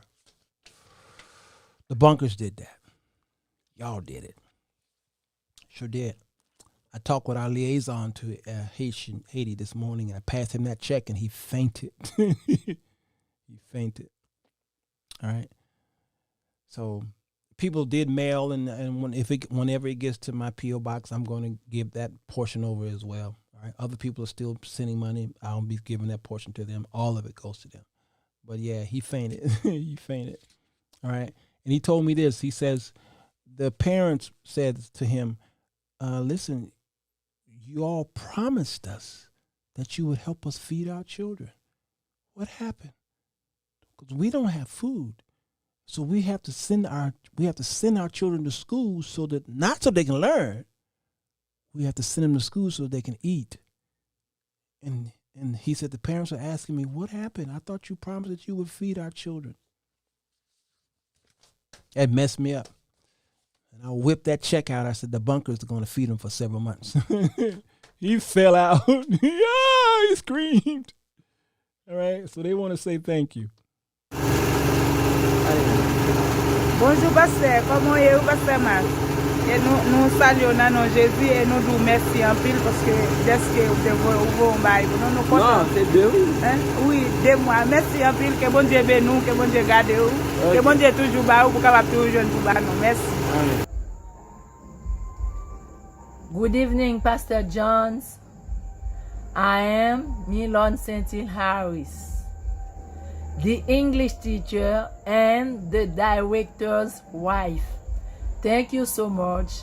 May God bless you. Bye. Hello, good evening, Pastor Walter Jones. Thank you. And thank you so much for all that you do for us. All the teachers would like to tell you thank you. I am the Director Harris of the Model Grammar School. Thank you, and may God bless you again and again for all that you do for us. All right. We love you. Amen. And we love you all, and thank you all for giving to the Haiti Fund. We do this once a year, as you all know, and y'all really bless them, okay? So others are still giving, and all of that, again, will be given to the people so that they can eat, all right? Let me see. Can I play this over here? How do I do this? I want to play something here. Let me see. Oh man, things. I want things to work. As he came. Okay. This right here. Can I do this? I couldn't get to play earlier.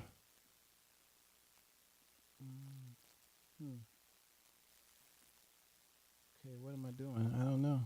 Right here. Let me see if I can moderate this. And he said, all right, the music I can't play because I don't want it. But here are some of the pictures here of the school. These are the kids. And they're eating the food that you all sent. Let's see. Fast forward here. It's a lot of them. Look at that. Now, there's Bishop Moody there. That's Bishop right there. God rest his soul. The school is named after him. And he would go down there. This is Lisa Laude. She's one of the missionaries at our church. This is the principal who said, thank you all. And this is Bishop just having one of those moments with the children. Let's see.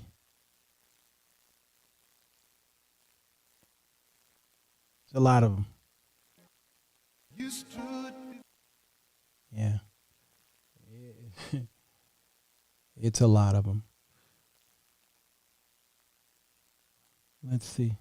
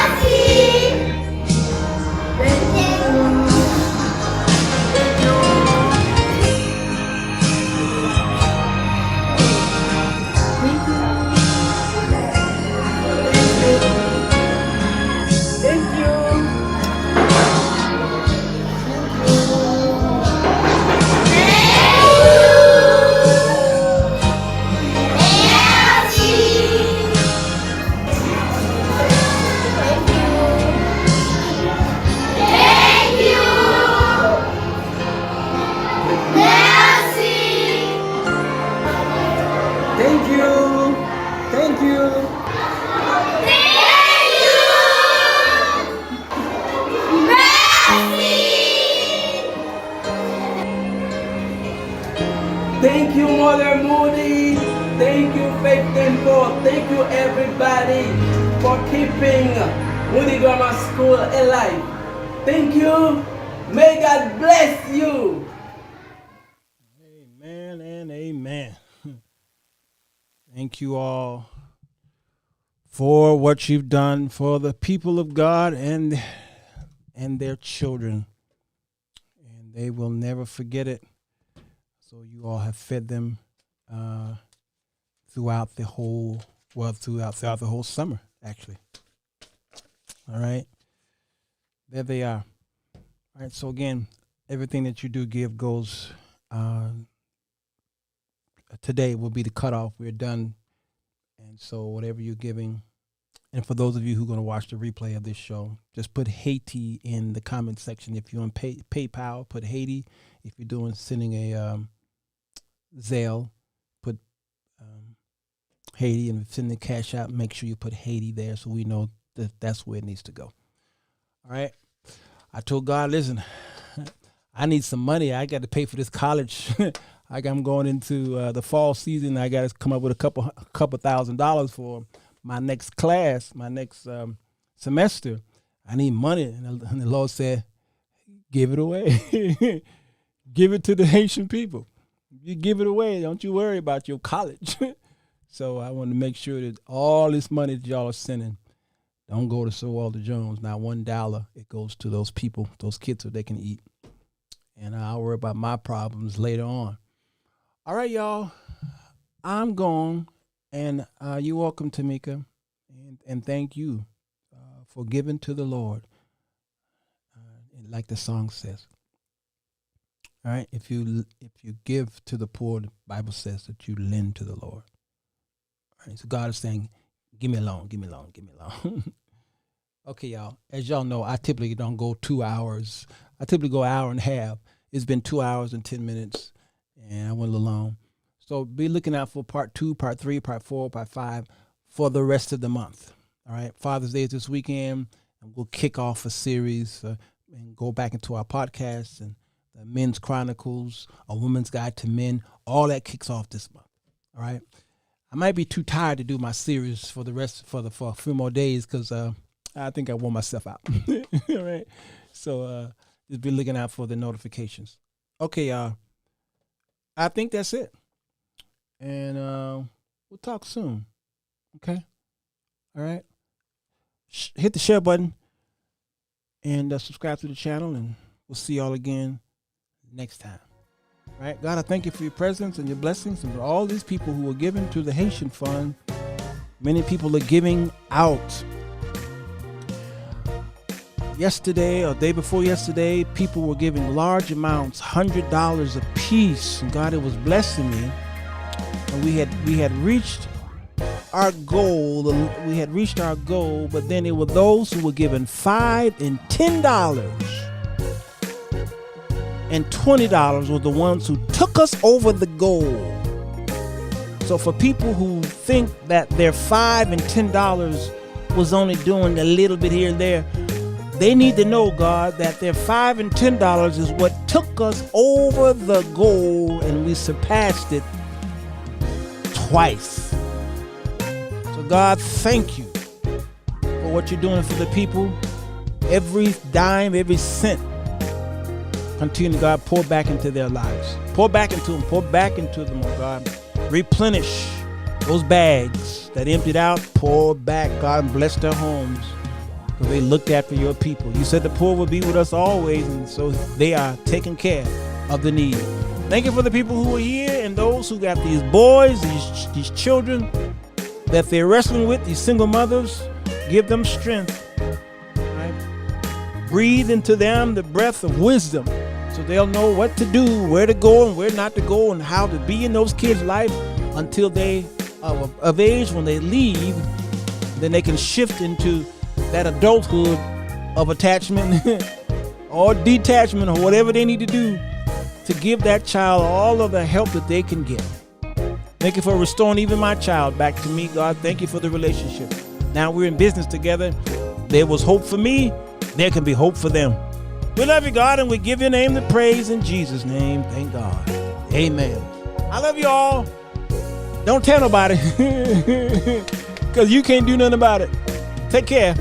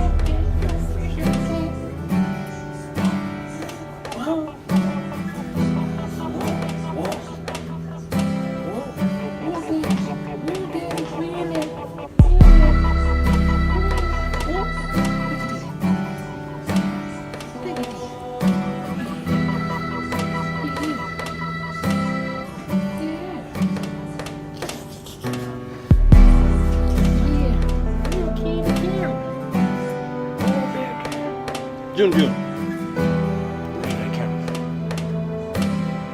Tell this baby home.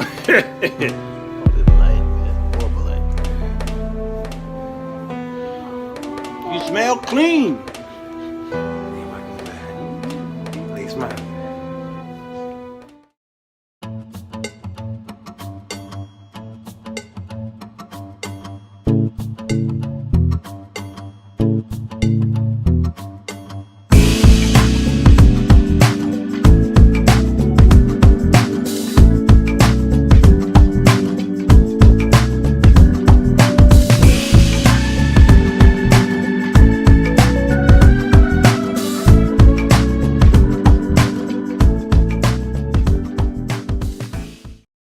It's 10 p.m. Do you know where your children are? Fellas, does it seem like you can't get a good woman? Ladies, wonder why you can't keep a man? Then read The 4 Women That Men Desire, Volume 1, by Sirwalterj to figure out how to break the cycle. Go to Amazon.com to get your copy today. Okay, so I'm in the men's section. All right. These are swimming trunks. I'm in the men's section. Did I tell you that I was in the men's section? What is going on? I'm in the men's... What? I'm in the men's section. I can prove it to you. What'd that say? Men's. I'm in the men's section. What is this? Sir Walter Jones Show. Goodbye.